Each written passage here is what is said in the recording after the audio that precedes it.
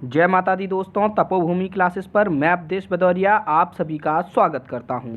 दोस्तों, आप लोगों की बहुत डिमांड थी कि सर ये जो पुलिस कांस्टेबल के एग्ज़ाम चल रहे हैं इनमें जीएस कैसे पढ़ें, जीएस में कहां से पूछा जा रहा है, कौन कौन से टॉपिक हम कवर करें और उन टॉपिक को किस तरीके से कवर करें कि एग्ज़ाम में हमको प्रश्न हमारा मिल जाए और हमको वहाँ पर नंबर मिल जाए। अभी आपकी जीएस जो आ रही है बच्चों, वो 20 नंबर की आ रही है। कितने की? 20 नंबर की एग्जैक्ट जीएस आ रही है। टोटल 35 नंबर का एक पोर्शन है जिसमें आपकी 20 नंबर की जीएस और 15 नंबर की साइंस आती है। इस 20 नंबर की जीएस में 5 या 6 प्रश्न इस प्रकार के रहते हैं जो हर कोई बना लेता है, बहुत ही सिंपल टाइप के प्रश्न रहते हैं। लेकिन बाकी के प्रश्न इतने कॉम्प्लेक्स हैं कि उनको बनाना काफ़ी कठिन है और जो बच्चे कई सालों से पढ़ रहे हैं उनसे भी वो प्रश्न नहीं हो पा रहे हैं। तो आज मैं आपको ये बताऊंगा कि ये प्रश्न कहाँ से आ रहे हैं, कौन कौन से टॉपिक हैं जहाँ से प्रश्न आ रहे हैं और किस प्रकार के प्रश्न आपके पूछे जा रहे हैं। तो यहाँ पर हम देखते हैं, अगर यहाँ पर हम ऐसे टॉपिक देखें जो हमारे एमपीजीके के ना होकर बाकी के विषय से आ रहे हैं, तो उनमें से है हर एक राज्य के प्रमुख नृत्य और त्यौहार। आप देख रहे होंगे मैं डेली एनालिसिस करता हूं और लगभग डेली हमको एवरेज 15 क्वेश्चन तो मिल ही जाते हैं 20 में से। ठीक है, शुरुआत में कम मिला करते थे, अब तो 20-20 क्वेश्चन भी मिले हैं। बहुत सारी शिफ्ट में तो हमको 20-20 भी मिल गए। और हमने एक चीज़ देखी है कि शुरुआत में आपके तमिलनाडु के जो नृत्य थे, 5 से 6 नृत्यों के बारे में डिटेल में पूछा गया था कि बताओ कौन सा नृत्य ऐसा है जिसमें मोर के वस्त्र पहनकर नृत्य किया जाता है, कौन सा ऐसा, मतलब सबकी डिटेलिंग में। त्योहारों को लेकर भी इसी तरीके के प्रश्न पूछे गए। पोंगल का पूछा गया तो 3-4 दिन लगातार पोंगल की डिटेलिंग में प्रश्न पूछा गया। फिर और भी साउथ की जो स्टेट थी वहाँ के जो प्रमुख प्रमुख त्यौहार थे उनके बारे में पूछा गया। आपका उत्तर भारत के भी जो राज्य हैं उनके भी प्रमुख त्योहारों के बारे में पूछा जा चुका है, उनके भी प्रमुख नृत्यों के बारे में पूछा जा चुका है। तो ये टॉपिक बेहद ही महत्वपूर्ण है, हर राज्य के प्रमुख नृत्य और त्यौहार। दूसरा एक महत्वपूर्ण टॉपिक है आपका गांधी जी का। ये मैं पहले भी आपको हर दिन बताता रहता हूँ कि गांधी जी को अगर आप पूरी तरीके से पढ़ लोगे तो आपका स्वतंत्रता आंदोलन काफ़ी हद तक खत्म हो जाएगा। ठीक है, तो वहाँ से भी प्रश्न बनते हैं और गांधी जी तो बेहद महत्वपूर्ण हैं ही। कुछ कुछ शिफ्टों में 2-2 क्वेश्चन भी गांधी जी पर पूछे गए हैं। पूछ लिया गया कि दांडी मार्च में जो गांधी जी चले थे कितने दिन चले थे। नॉर्मल प्रश्न अगर आप पढ़ोगे तो ये चीज़ें मिल जाएंगी। अगला टॉपिक है आपका स्वतंत्रता आंदोलन और प्रमुख घटनाक्रम। स्वतंत्रता आंदोलन के प्रमुख घटनाक्रम, कौन कौन सी संस्थाएं बनी, कौन कौन सी चीज़ों का अधिक प्रभाव रहा। जैसे एचआरए के बारे में पूछ लिया गया कि ये कब बनी, सर्वेंट ऑफ इंडिया किसने लिखी। प्रमुख क्रमों में आप देखोगे तो जलियांवाला बाग हत्याकांड पर आपके 3-4 प्रश्न पूछे गए, काफ़ी डिटेल क्वेश्चन पूछे गए। पहले पूछा गया कि ये जो सैफुद्दीन किचलू थे उनके साथ में किसी और की भी गिरफ्तारी हुई थी, सत्यपाल जी की हुई थी, तो उनके लिए वहाँ पर वो लोग एकत्रित हुए थे उसका विरोध करने के लिए। फिर कल के एग्जाम में पूछा गया कि वहाँ पर एक अंग्रेज को मृत छोड़ के चले आए थे तो वो उसका नाम क्या था। तो ऐसे प्रश्न भी आपके डिटेलिंग वाले प्रश्न पूछे गए हैं प्रमुख घटनाक्रमों को लेकर। हो सकता है किसी दिन चोरी चोरा कांड के बारे में पूछ लें या फिर कांग्रेस के अधिवेशनों को लेकर पूछ लें। कांग्रेस के अधिवेशन भी आपके लिए बेहद ही महत्वपूर्ण हैं क्योंकि कांग्रेस के जितने भी प्रमुख प्रमुख अधिवेशन हैं वहाँ से भी प्रश्न अभी तक आ चुके हैं। और प्रश्न डायरेक्ट नहीं आता कि हाँ इस अधिवेशन के अध्यक्ष कौन थे, वो ये पूछेंगे कि इस अधिवेशन में कौन सा प्रस्ताव रखा गया था, उसका किसने विरोध किया, किसने क्या किया। इस तरीके के डिटेल क्वेश्चन भी आ रहे हैं। अगला है हमारा टॉपिक मुगलों के युद्ध और अंग्रेजों के युद्ध। यहाँ पर मैंने टॉपिक को थोड़ा शॉर्ट में लिख दिया कि मुगलों के युद्ध, अंग्रेजों के युद्ध वास्तव में क्या है। अगर आप शुरुआत में देखोगे 8, 9, 10, 11, 12 तारीख को मुगलों के किस विषय के प्रश्न आ रहे थे, जो शासन था, शासन प्रणाली, उसको लेकर प्रश्न आ रहे थे। क्योंकि अकबर की शासन प्रणाली काफ़ी अच्छी रही तो अकबर की शासन प्रणाली से काफ़ी प्रश्न आए कि बताइए ये किसने लिखा है ये वाली किताब, या फिर ये वाली व्यवस्था कैसी थी। ठीक है, रैयतवाड़ी, मालवाड़ी, ये सारी व्यवस्थाएं और भी चीज़ों को लेकर प्रश्न आए थे, मतलब जो अकबर के शासनकाल के थे उससे रिलेटेड। फिर आने लगे कि मुगलों के युद्ध, यानी कि जो मुगल थे उन्होंने भारत पर कैसे कब्जा किया, कैसे भारत को जीता, कहाँ कहाँ पर किस किस को हराया, कौन कौन सी प्रमुख लड़ाइयाँ थी उनके बारे में पूछे गए। ठीक है, चंदेरी का युद्ध पूछा गया, बाबर, हुमायूं और इनके काफ़ी युद्ध पूछे गए शुरुआत में। अभी हालांकि थोड़ा कम हो गए हैं। अब अंग्रेज़ों के युद्ध पूछे जा रहे हैं कि अंग्रेज भारत में कैसे आए, ठीक है, और कैसे युद्ध लड़ लड़ के इन्होंने भारत पर कब्जा कर लिया। तो कौन कौन से प्रमुख युद्ध थे जिसमें ये जीते हारे, क्या हुआ, अफगानों से युद्ध लड़ा तो फिर क्या हुआ, उन्होंने कहा डूरंड रेखा खींच दी गई तो डूरंड रेखा पर आ गया, मतलब था वो उसी टॉपिक का। अगर आपको कोई कहे कि नहीं ये तो भूगोल का क्वेश्चन है कि कहाँ पे ये लाइन है, तो ऐसा नहीं है, वो आप ये टॉपिक पढ़ोगे तो वहीं पर आपको क्लियर होगा। पर क्वेश्चन आपके डिटेल में आ रहा है, मतलब क्वेश्चन ये आ रहा है कि किस तरीके से बाहर पर विदेशी ताकतों ने कब्जा कैसे किया, मतलब कैसे यहाँ पर अपने पैर पसारे, इनसे रिलेटेड क्वेश्चन आ रहे हैं। अब एक और आपका टॉपिक डिकोड हुआ है, वो है भारत के पड़ोसी देश। एक दिन पूछा गया कि भारत के कितने पड़ोसी देश हैं, कितने देशों से भारत की सीमा जुड़ती है, तो हमने 7 देश पढ़ लिए कि ये है, इनसे भारत की सीमा जुड़ती है। फिर हर देश से रिलेटेड क्वेश्चन आने लगे। एक दिन आने लगा कि म्यांमार की आपकी राजधानी क्या है, एक दिन आने लगा कि नेपाल का राष्ट्रीय खेल कौन सा है, ठीक है, एक दिन और भी कुछ आया था किसी से रिलेटेड। तो ऐसे प्रश्न आपके आ रहे हैं, तो आप क्या करेंगे कि भारत के जितने भी पड़ोसी देश हैं उनके बारे में कुछ चीज़ें कि राष्ट्रीय खेल क्या है, ये कौन है, प्रधानमंत्री कौन है, इतनी चीज़ें आप याद कर लीजिएगा। आगे बढ़ते हैं। अगर हम एमपी के बारे में जानें कि एमपी से क्या आ रहा है, तो एमपी के बजट से डेली क्वेश्चन आ रहा है। पहले दिन से लेके अभी तक एमपी के बजट के बिना आपका कोई भी पेपर नहीं हुआ है। कोई ना कोई क्वेश्चन, कोई ना कोई योजना भी पूछी जाती, तो ये पूछी जाती है कि इस योजना को कितनी राशि आवंटित हुई है, ठीक है। तो एमपी का बजट महत्वपूर्ण है, और ये बजट आपको हर जगह मिलेगा भी नहीं इस तरीके का, जिस तरीके के प्रश्न पूछे जा रहे हैं। इसीलिए हमने, हमारे एक शिक्षक हैं, काफ़ी वरिष्ठ शिक्षक हैं, एमपीपीएससी के लिए पढ़ाते हैं, उनसे हमने रिक्वेस्ट की कि सर इन बच्चों का कहीं कुछ नहीं हो रहा, कोई नहीं पढ़ा रहा इनको ये वाले टॉपिक जो अभी करंट में पूछे जा रहे हैं।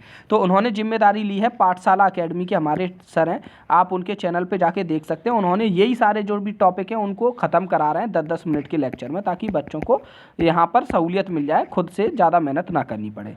तो पाठशाला एकेडमी पे जाके देख लेना। और मैंने भी उनके चैनल की एक प्लेलिस्ट बना ली है, जो भी एमपी जीके से रिलेटेड या जो भी जीके एमपी पुलिस के लिए रिलेटेड है, वो प्लेलिस्ट आप मेरे चैनल पर भी जाके प्लेलिस्ट के कॉलम में जाके देख सकते हो, मिल जाएगी। चलो आगे देखते हैं कि क्वेश्चन कैसे आ रहा है हमारे एमपी की जनगणना। बजट, एक दिन तो बजट के 2-2 क्वेश्चन भी आए हैं कईयों दिन। एमपी की जनगणना को लेकर आ रहे हैं प्रश्न। मध्य प्रदेश में कौन से ज़िले की साक्षरता ज़्यादा है, कौन से ज़िले में 10 की वृद्धि साक्षरता में ज़्यादा हुई, कम हुई, ठीक है, और लिंगानुपात वगैरह, इस तरीके से डिटेलिंग वाले क्वेश्चन आ रहे हैं, तो ये भी आप ज़रूर अच्छे से कर लीजिए। एमपी के विरासत स्थल आ रहे हैं, जो आपके यूनेस्को ने देख रखे हैं, राष्ट्रीय उद्यान या अभयारण्य है, वो भी आपके, और ये जो विरासत स्थल की डिटेलिंग में क्वेश्चन आ रहे हैं। जैसे मान के चलो, अब विरासत स्थल का ये नहीं कि यूनेस्को ने ही ले रखे हैं उन्हीं को, अभी जैसे खान बाबा आया आपका, हेलियोडोरस का खंबा आया, उसके बारे में पूछ दिया ये किसका बना हुआ है। तो आप ये समझिए कि अगर इसके बारे में पूछा है तो इससे रिलेटेड 5-6 क्वेश्चन और भी डाले होंगे कहीं ना कहीं क्वेश्चन बैंक में, तो वो भी आपको दिखाई देंगे कभी ना कभी। राष्ट्रीय अभ्यारण्य और उद्यान को लेकर बहुत प्रश्न आ रहे हैं कि कितने राष्ट्रीय अभ्यारण्य हैं, कौन से में पहले नाइट सफारी हुई, कौन से में कुछ हुआ, डेली एक क्वेश्चन इसका आ रहा है। जनजाति को लेकर तो देखो, मध्य प्रदेश आपका जनजाति राज्य है, सबसे ज़्यादा जनजाति यहाँ पर हैं, तो जनजाति पर तो प्रश्न आएंगे ही, लेकिन कुछ प्रश्न ऐसे भी आए हैं जो इंटरनेशनल जनजाति के लेकर भी 2-3 प्रश्न आ चुके हैं कि पिग्मा जनजाति कौन सी नदी के तट पर, घाटी पर रहती है, या फिर कुछ और भी इस तरीके के, ठीक है। एशिया की सबसे बड़ी जनजाति कौन सी है, तो जनजाति टॉपिक को थोड़ा अच्छे से देख लीजिएगा। प्रमुख व्यक्तित्व, ये एक बेहद ही महत्वपूर्ण टॉपिक है, और यहाँ से प्रश्न आना स्टार्ट हो रहे हैं तो काफ़ी अच्छे आ रहे हैं। जैसे कि मध्य प्रदेश के प्रमुख व्यक्तित्व कोई राजनीति के क्षेत्र में, अटल बिहारी वाजपेयी, तो उनसे 4-5 क्वेश्चन अभी तक आ चुके हैं। अभी वर्तमान में किशोर कुमार से क्वेश्चन आ रहे हैं, किशोर कुमार सम्मान से क्वेश्चन आ रहे हैं, फिर किशोर कुमार से प्रश्न आए हैं, 3-4 प्रश्न आ चुके हैं। खेल और कला के जो विशेष व्यक्ति हैं उनसे लेकर बहुत प्रश्न आ रहे हैं। खेल वालों में तो आप देख सकते हैं कि बहुत प्रश्न आए, रूप सिंह जी से बहुत प्रश्न आए, ठीक है। फिर आपकी बहुत सारे, मतलब जो अलग अलग खेलों में जिन्होंने नाम कमाया है, जो और मध्य प्रदेश के हैं, सबसे पहले कोई प्रश्न तो यही आएगा कि वो कौन से खेल से संबंधित हैं, ठीक है, वो पूछ लेंगे। उसके बाद फिर उन्होंने क्या जीता, कब जीता, कैसे जीता, ये सब पूछ लेंगे। और कला से रिलेटेड जैसे आपके और भी लोग हो गए, उनका भी पूछ लेंगे। एमपी के खेल आ रहे हैं, एमपी के जो खेल के जो प्रमुख लोग हैं, या एमपी के स्टेडियम जो हैं कब बने। अब ऐसे नहीं पूछते हैं कि ये वाला बताइए कहाँ का स्टेडियम है, कि कैप्टन रूप सिंह कहाँ का स्टेडियम है, ग्वालियर का है, कहाँ का है, तो ये नहीं पूछते। वो पूछेंगे कि कौन सी सन में बना था ये, कब बना था, फिर ऐसे ही उनने पूछ लिया कि रूप सिंह जी का निधन कब हुआ। तो अगर आप उस स्टेडियम की भी डिटेल पढ़ोगे कि तो भी वहाँ से आपको ये सारे क्वेश्चन समझ में आ जाएंगे कि ये ऐसा ऐसा ऐसा है। ठीक है। और यहाँ पर आपको बता दें कि एमपी के जो न्यायालय बने जिनकी खंडपीठें बनी हैं, इंदौर का हो गया, ग्वालियर का हो गया, जबलपुर का हो गया, इनको लेकर बड़ा डिटेल में क्वेश्चन आ रहे हैं। ये कौन सी बिल्डिंग में गए थे हैं, फिर कब बने, कैसे क्या हुआ, कितने न्यायाधीश थे, और इसके अंडर में कौन सी डिस्ट्रिक्ट कोर्ट आ रही है। ऐसे क्वेश्चन बहुत बन रहे हैं, तो ये भी एक महत्वपूर्ण टॉपिक आपका हो जाता है। आगे बढ़ते हैं। आगे हाँ, एक और चीज़ बता दूं यहीं पर मैं समझा देता हूं कि एक तो आपका ओलंपिक और कॉमनवेल्थ इनका पूरा इतिहास खंगाल लेना। ओलंपिक कहाँ से चालू हुए, कॉमनवेल्थ कहाँ से चालू हुए, फिर इनमें भारत का क्या स्थान रहा था, क्योंकि बीच में ओलंपिक के 2-2 क्वेश्चन, राष्ट्रमंडल खेलों के 3-3 4-4 क्वेश्चन आए हैं। ठीक है, तो ये भी बेहद ही महत्वपूर्ण हैं आपके, तो इनको आप जरूर देखिएगा। आगे बढ़ते हैं। हाँ, एक चीज़ और, करंट अफेयर्स की काफ़ी लोग पूछ रहे हैं कि करंट अफेयर्स कहाँ से आ रहा है। देखो, शुरुआत में 1 क्वेश्चन आया, किसी में शिफ्ट में, किसी क्वेश्चन में 2 क्वेश्चन आए, और किसी में 0 क्वेश्चन भी आया करंट अफेयर्स के। तो मेरे हिसाब से करंट अफेयर्स पे ज़्यादा फोकस करने की ज़रूरत नहीं है, और ज़्यादातर एमपी से रिलेटेड करंट अफेयर्स आ रहा है। ऐसा पूछ दिया कि बताओ, एक तो जैसे नाइट सफारी कहाँ पर चालू हुई, तो वो करंट अफेयर्स ही हो गया एक तरीके से। ठीक है, और ऐसे ही पूछ देंगे कि वो सबसे बड़ा सोलर प्लांट कहाँ पर अधिकृत की गई ज़मीन वगैरह। तो ये एमपी से रिलेटेड करंट अफेयर्स आ रहे हैं मेरे हिसाब से। अगर आपके पास पहले से नोट्स बने हुए हैं कहीं हैं तो आप थोड़ा बहुत देख सकते हैं, लेकिन इसकी बजाय आप दूसरे चीज़ों पर ज़्यादा ध्यान दे सकते हैं, जैसे इकोनॉमिक टर्म्स और बैंकिंग टर्म्स। ये आ रहे हैं 3-3 क्वेश्चन तक आए हैं एक ही शिफ्ट में, 3-3 क्वेश्चन तक इकोनॉमिक टर्म्स और बैंकिंग टर्म्स से क्वेश्चन आए हैं। ठीक है, और कल की शिफ्ट में आपके कुछ और भी इस तरीके के इकोनॉमिक्स से रिलेटेड क्वेश्चन आना शुरू हो गए कि बताइए कितनी रेंज तक आपको इनकम टैक्स में छूट मिलती है। फिर आपका सीआरआर को लेकर क्वेश्चन आ गया। कभी कभी तो केवल टर्म्स के फुल फॉर्म ही पूछ लिए गए और कुछ नहीं। ठीक है, तो ये टॉपिक आप जरूर कर लेना, बेहद महत्वपूर्ण टॉपिक है और सरल चीज़, इनसे सरल क्वेश्चन आ रहे हैं। महत्वपूर्ण बात यह है कि इनसे सरल आ रहे हैं, बाकी कुछ और टॉपिक है जिनसे काफ़ी कठिन आ रहे हैं, जैसे वो न्यायालय वाला टॉपिक था, वहाँ से बहुत कठिन प्रश्न आ रहा है। हर राज्य के प्रमुख त्यौहार और नृत्य कर लेना। अब यहाँ पर एक और महत्वपूर्ण बात है कि कोई भी प्रश्न कभी अकेले नहीं आता। कोई प्रश्न अगर आज आपको दिख गया है कि ये प्रश्न है, तो इससे रिलेटेड 5-6 क्वेश्चन जरूर डले होंगे। तो कोई भी क्वेश्चन पढ़ो, उसकी थोड़ी सी डिटेलिंग गूगल पे सर्च करके नोट्स बना के तैयार रख लो। हो सकता है आपकी शिफ्ट में उसकी डिटेलिंग से कोई प्रश्न आ जाए। जैसे कि मान के चलो, खान बाबा का आपका एक दिन आया कि ये कहाँ पे है, हेलियोडोरस का खंभा, लेकिन वो ऐसा टॉपिक है, काफ़ी बड़ा टॉपिक है, उससे 10-12 क्वेश्चन बनाए होंगे उन्होंने, तो आपको आगे ज़रूर मिलेंगे वो, तो उसको कवर कर लिया। ये तो मैंने केवल एक उदाहरण दिया है। अब ये कवर कैसे करोगे? अगर आप रेगुलर रोज़ हमारे वीडियो देखते हो तो आपको पता है कि यहाँ कहाँ पे देखना है।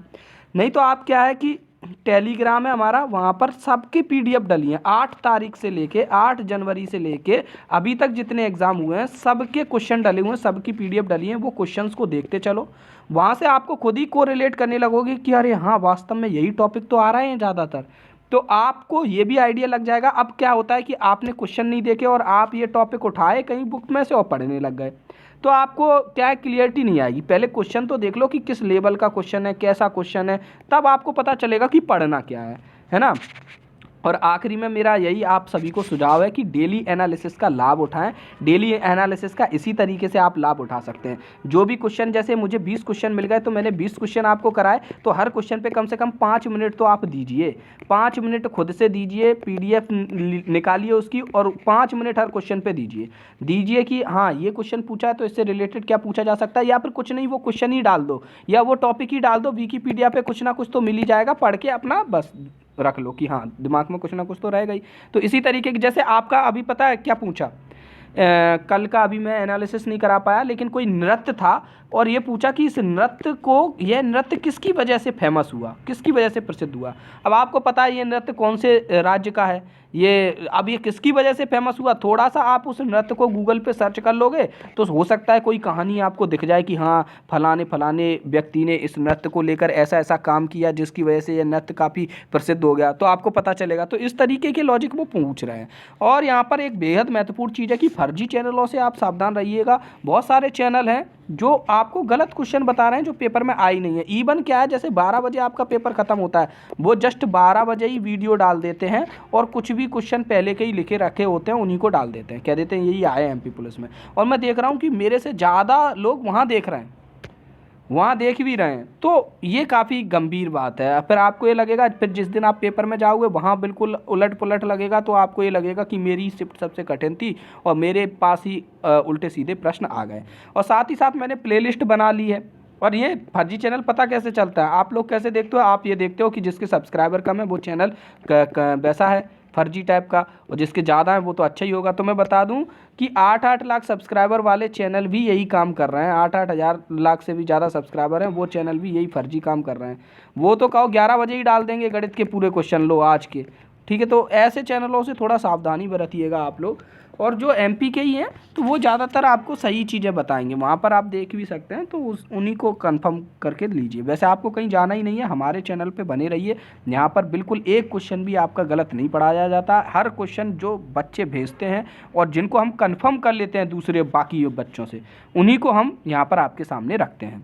तो टेलीग्राम की लिंक अगर आप टेलीग्राम सर्च करना हमारा, तो @तपोभूमि ये सर्च करना, स्पेलिंग ध्यान रखना, TAPOBHOOMI तपोभूमि सर्च करना, आपको तपोभूमि क्लासेस का टेलीग्राम चैनल मिल जाएगा। फिर आपको कोई दिक्कत नहीं है, वहीं पर आपको पाठशाला एकेडमी की क्लासेस की लिंक भी मिलती रहेगी। जो सर ये सारे टॉपिक कवर करा रहे हैं उनकी प्लेलिस्ट भी बनी रखी है, वहाँ से आप उनको देखिए और उनके नोट्स बनाकर पेपर में देने जाइए। ऑल द बेस्ट, धन्यवाद, जय माता दी।